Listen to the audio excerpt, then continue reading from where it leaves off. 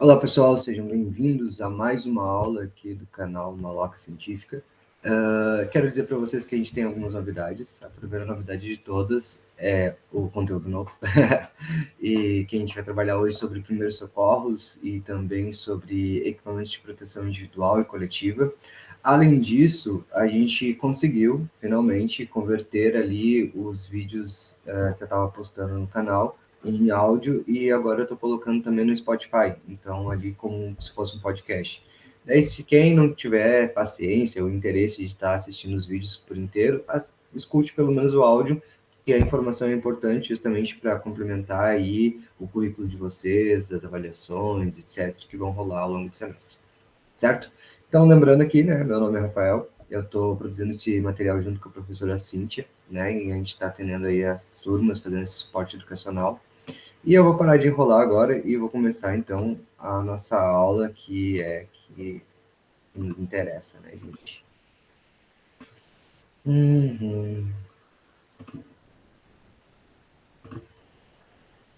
Então, tá apresentado.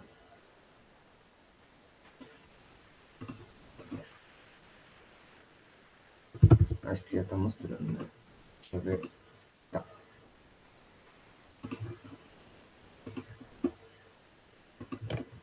Então, a gente começa falando ali, né, sobre imitação, instrução e cooperação, né? Isso, basicamente, são os pilares de aprendizagem da catraca cultural que a gente trabalhou lá no protagonismo estudantil.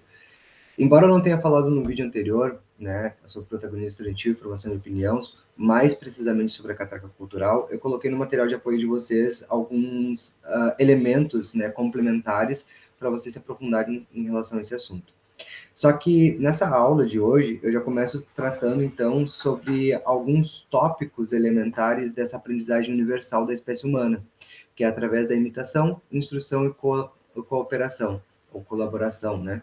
Então, a gente vai tratar, como eu falei ali anteriormente, né, sobre os primeiros socorros e equipamentos de proteção individual e coletiva, que nada mais é, pessoal, que uma forma da gente se proteger e se ajudar a conviver, né, nesse ambiente tanto artificial, proporcionado e elaborado pelo ser humano, quanto o natural, elaborado pelos próprios sistemas naturais, fenômenos naturais. Então, por exemplo, a gente pode utilizar equipamento de proteção individual para conter uma pandemia, então a nível de biossegurança, né, como foi o caso da Covid-19, a gente precisou utilizar ali as máscaras, né, equipamentos de proteção coletiva, como álcool gel, né, a gente precisou utilizar para tentar conter aí a disseminação do vírus, né. Então, são exemplos pontuais, práticos, para a gente pegar e assinalar, né, e compreender um pouco melhor como que isso funciona na prática. Lembrando, né, os pilares da catraca cultural é por imitação, instrução e cooperação. Então, primeiro, né, eu tenho ali a imitação de um processo, onde o indivíduo ele começa a fazer isso, né, e mostrar para os outros como fazer, né, e daí depois eu tenho ali a cooperação. Então, deixa eu mostrar aqui para vocês, aqui é eu, a professora Cíntia, né, então a professora Cíntia está aqui atuando na produção de conteúdo e eu no roteiro e apresentação. Bom, basicamente, gente, os primeiros socorros são intervenções que devem ser feitas de maneira rápida logo após o acidente ou mal súbito, que visam a evitar o agravamento do problema até que o serviço seja estabilizado, de atendimento chegue, até que um serviço de atendimento especializado atende. Poxa, enrolei, calma aí, vai. Até que um serviço de atendimento especializado chegue até o local. Oh, né? Então, assim, galera, independente do que acontecer ali, por exemplo, um acidente de carro aconteceu ou alguém passou muito mal, a gente precisa prestar o primeiro socorros para essa pessoa e a gente precisa ter ciência de como a gente fazer isso, né? Não pegar e prestar o primeiro socorro de qualquer jeito, né? Que senão a gente pode, inclusive, agravar o problema da pessoa. Então, vamos lá, né? Primeiro vamos contextualizar um pouquinho o que são esses primeiros socorros. Para cada caso existe uma atitude e um socorro diferente. Então, tem alguns tipos de acidentes que são os mais frequentes que a gente tem, né? Por exemplo, choque elétrico, infarto e parada cardiorrespiratória, envenenamento, picada de cobra, que na verdade seria picada de serpente, né? corpos estranhos e asfixias, queimaduras, sangramentos, transporte de vitaminas, fraturas, luxações, contusões, intorsões, acidente de trânsito. Então, atitudes corretas, né? Então, em primeiro lugar, a gente precisa ter a calma, o bom senso e o discernimento, que são elementos primordiais nesse tipo de atendimento. Agir rapidamente, porém respeitando seus limites e dos outros. Transmitir à vítima ou às vítimas, né, tranquilidade, alívio, confiança e segurança. E quando estiverem conscientes, informar-lhes que o atendimento especializado está a caminho, para pegar e confortar um pouco mais a vítima também, né? Número 4, utiliza-se conhecimentos básicos de primeiros socorros, improvisando-se se necessário. Número 5, nunca tome atitudes das quais não tem conhecimento, no intuito de ajudar, apenas auxilie dentro de sua capacidade. Então não adianta nada, pessoal, vocês seguirem ali a intuição na hora e do desespero, não. Tenham calma, organizem o pensamento. O que eu sei? O que eu posso fazer, né? Se eu sei disso, ok, eu posso ajudar nisso. Agora, se eu não sei, não se mete para ajudar, só tenta fazer aquilo que está dentro do seu limite de conhecimento. Bom, então, alguns aspectos penais que são importantes ressaltar em relação a, principalmente, né, a omissão de socorro, por exemplo, é importante saber que a falta de atendimento de primeiros socorros e a omissão de socorros eficientes são os primeiros motivos de mortes e danos irreversíveis às vítimas de acidentes de trânsito. Os momentos subsequentes a um acidente, principalmente as 2 primeiras horas, são os mais críticos e importantes para garantir a recuperação ou sobrevivência das pessoas envolvidas. Segundo o artigo 135 do Código Penal Brasileiro, deixar de prestar socorro à vítima de acidentes ou pessoas em perigo iminente, podendo fazê-lo, é crime mesmo que a pessoa não seja causadora do evento. Ainda de acordo com a atual lei de trânsito, todos os motoristas deverão ter conhecimento de primeiros socorros. Então, no Código Penal de Omissão de Socorro, ali no artigo 135, diz o seguinte: deixar de prestar assistência quando possível, fazê-lo sem risco pessoal, a criança abandonada ou extraviada, ou a pessoa inválida ou ferida, ou desamparado ou em grave e iminente perigo, ou não pedir, nesses casos, o socorro da autoridade pública, a pena é de detenção de 1 a 6 meses ou multa. Parágrafo único. A pena é aumentada de metade se a omissão resulta lesão corporal de natureza grave e triplica se o resultado for em morte, se o resultado da ação for em morte. Então, aqui, né, a gente está colocando alguns parâmetros gerais sobre os primeiros socorros, né, o que pode acontecer, desde o afogamento, infarto, náuseas, vômitos, picadas e mordidas, enfim, N coisas ali que eu já tinha citado anteriormente. Então, para cada ação, né, nós temos ali uma reação, certo? Então, por exemplo, quando ocorre um machucado, então o ideal é apertar o sangramento bem firme por pelo menos 5 minutos e depois lavar bem com água e sabão ou soro fisiológico, né?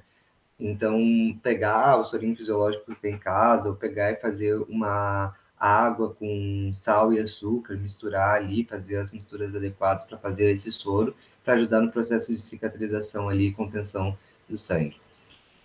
Se o caso for choque elétrico, é necessário, antes de ajudar a vítima, que corte a corrente elétrica e afaste-a usando algo de madeira, plástico ou borracha, que são isolantes térmicos, né? Eles são mal condutores de energia elétrica, e por isso que é muito mais fácil de pegar e reagir ali.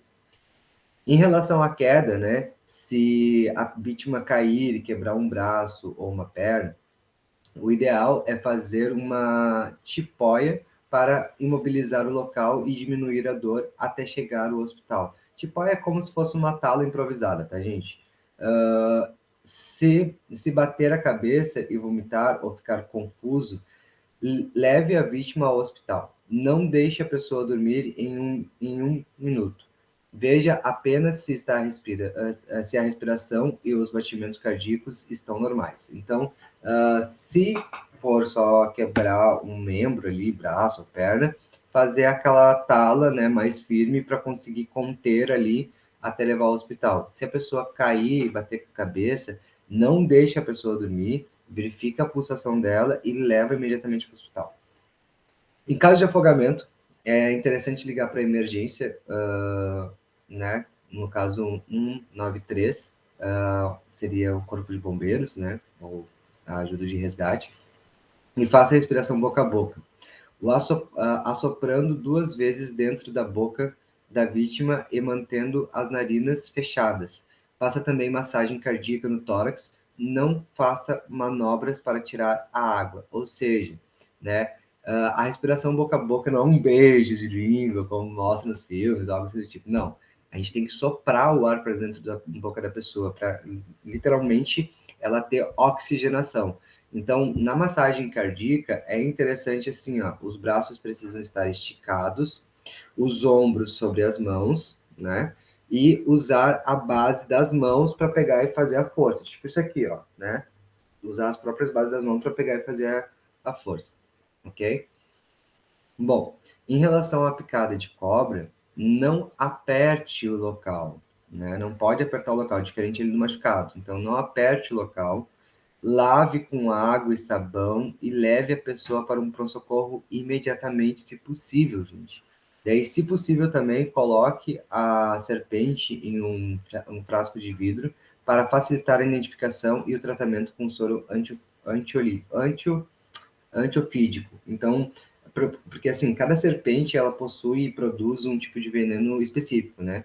Então, quando você pega e coloca a serpente em um potinho, né? E fica mais fácil identificar qual tipo de serpente é para a gente ter um tratamento adequado para essa pessoa o mais rápido possível.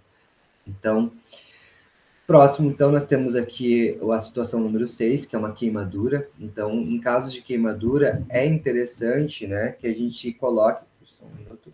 É interessante que a gente coloque parte do corpo da queimada debaixo de água corrente por 15 minutos, né? Então, esse seria o primeiro procedimento. É claro que existe queimadura de primeiro, segundo, terceiro grau, gente, que a gente não vai entrar nesses detalhamentos agora. Mas é interessante a gente já ter em mente que, né, precisa assim, queimou, coloca ali por uns 15 minutos em água corrente, deixa ali, né, esfriar, cicatrizar bem para pegar e pelo menos diminuir um pouco o impacto da dor, essa queimadura, essa ardência. Em caso de engasgo, né, faça uma manobra Heimlich, em que as pessoas que se engasgam com objetos e alimentos sólidos e que não estão respirando, Então, a técnica consiste em abraçar a pessoa pelas costas e fazer uma compreensão na barriga com a mão para dentro e para cima, né? Então, aqui, né? Vai levantar, vai fazer isso e isso, botar tua mão ali na barriga, aqui, ó, aqui na barriga, e vai comprimir, né? Ali a barriga da pessoa. Então, abraçar pelas costas, pegar ali na barriga e puxar para cima, certo? Então, por exemplo, em cima, e essa técnica não deve ser feita quando a pessoa engasgada com líquidos, ou está tossindo ou respirando. Então, assim, esse engasgo, esse tipo de engasgo aí, é para engasgo de substâncias sólidas, tá, gente? Se for alguma substância líquida, a pessoa está respirando ainda, ela está tossindo, não deve ser feito, tá? Essa técnica só deve ser feita só se realmente alguma coisa sólida ali entalou e, né, precisa ser tirada com rapidez, certo? Número 8, né? Picada de abelha. Então, a ideia é que se retire o ferrão com uma pinça e lave a área atingida com água e sabão. Número 9, uma convulsão. Não tente parar os movimentos da pessoa. Proteja para que não se machuque. Não coloque o dedo dentro da boca para desenrolar a língua, né? Não pode pegar e fazer isso. E daí, o que você precisa fazer é deitar a pessoa de lado para que ela não se engasgue, né? E ligar diretamente para a emergência, né? 193, ou ali no caso da ambulância, ou algo assim do tipo, 191. Esses números aqui, pessoal, de emergências podem variar de região para região, tá? Então, por isso que é importante salientar aqui. Nós temos 190 para a Polícia Militar, só corrigindo ali alguns dados que eu tinha passado anteriormente, né? 192 é para os bombeiros e 193 é para a ambulância. Número 10, a intoxicação, né? Intoxicação de remédios ou de produtos de limpeza ou substâncias tóxicas. Então, ligue para a CEATOX e leve a vítima para o hospital. Não provoque vômito, não dê leite ou qualquer outro líquido, porque pode piorar a lesão.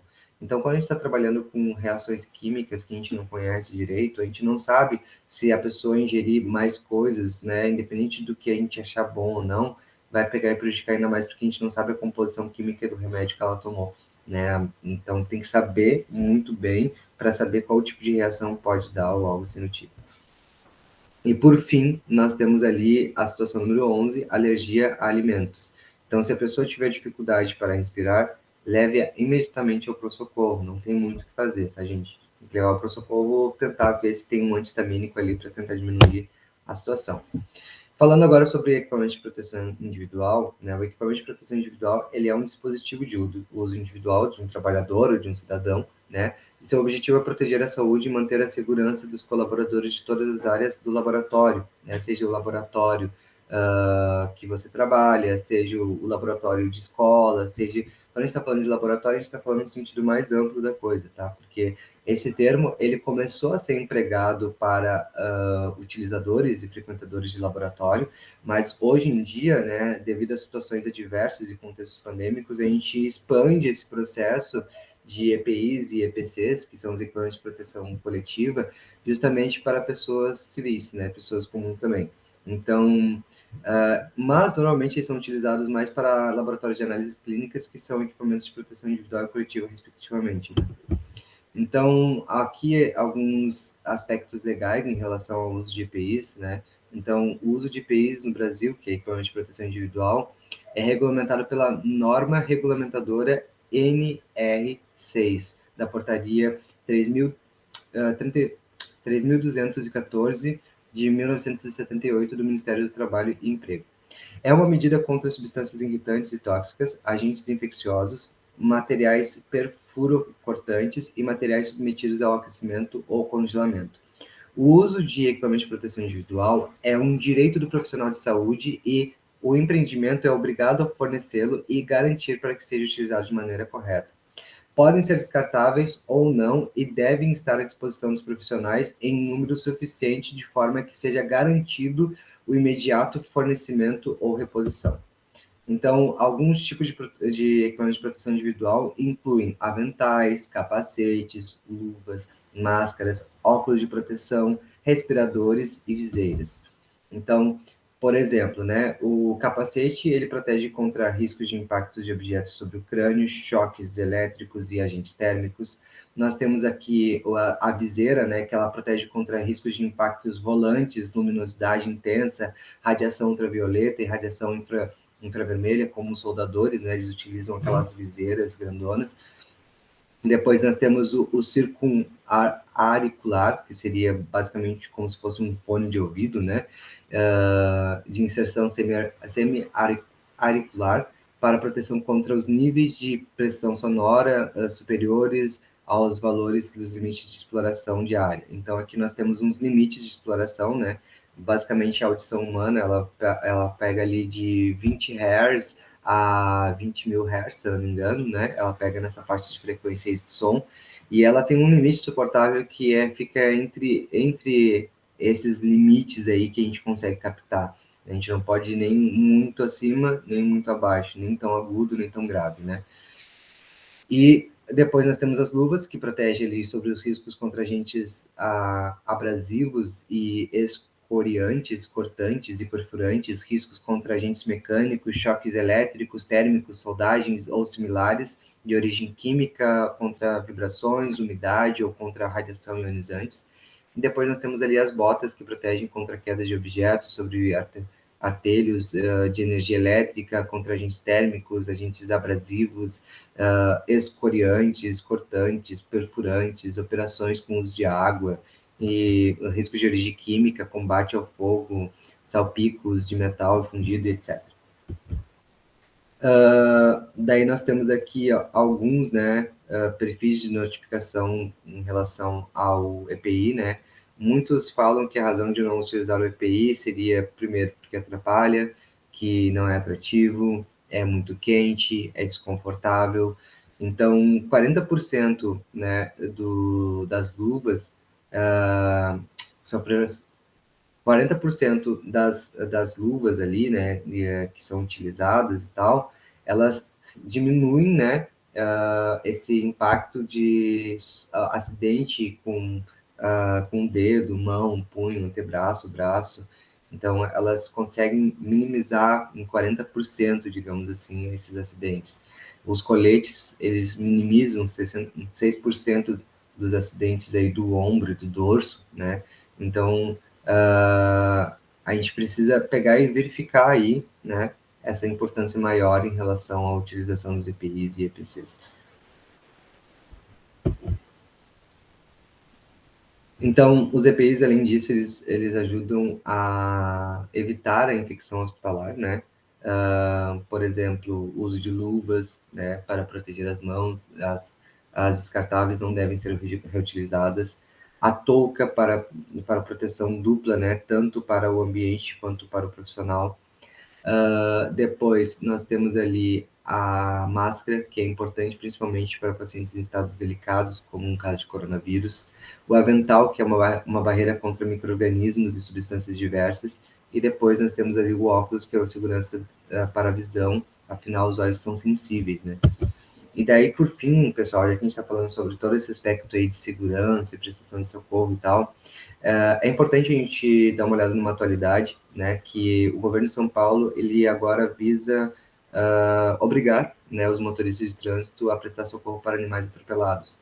Então, a gente, além de estar cooperando com a nossa própria espécie, a gente agora está começando a reproduzir isso para proteger as demais espécies, o que é um avanço muito bom para a nossa humanidade. Isso daí é uma notícia, então, do site da CNN Brasil, né? É um artigo ali atualizado, se eu não me engano, agora essa semana, né? Dia 21 de agosto de 2021. E é interessante vocês darem uma analisada, uma olhada mais acima, assim, pesquisada no Google mesmo, né? Sobre alguns aspectos gerais sobre o que está acontecendo aí no mundo em relação à nossa biossegurança, em relação à segurança em relação ao, atrelada à pandemia de Covid-19, né? Que agora já está diminuindo, mas pode ser que aumente por causa da variação Delta. Enfim, é isso aí, galera. Espero que vocês tenham gostado. Lembrando que o conhecimento é poder, então utilizem com sabedoria, né? E até a próxima.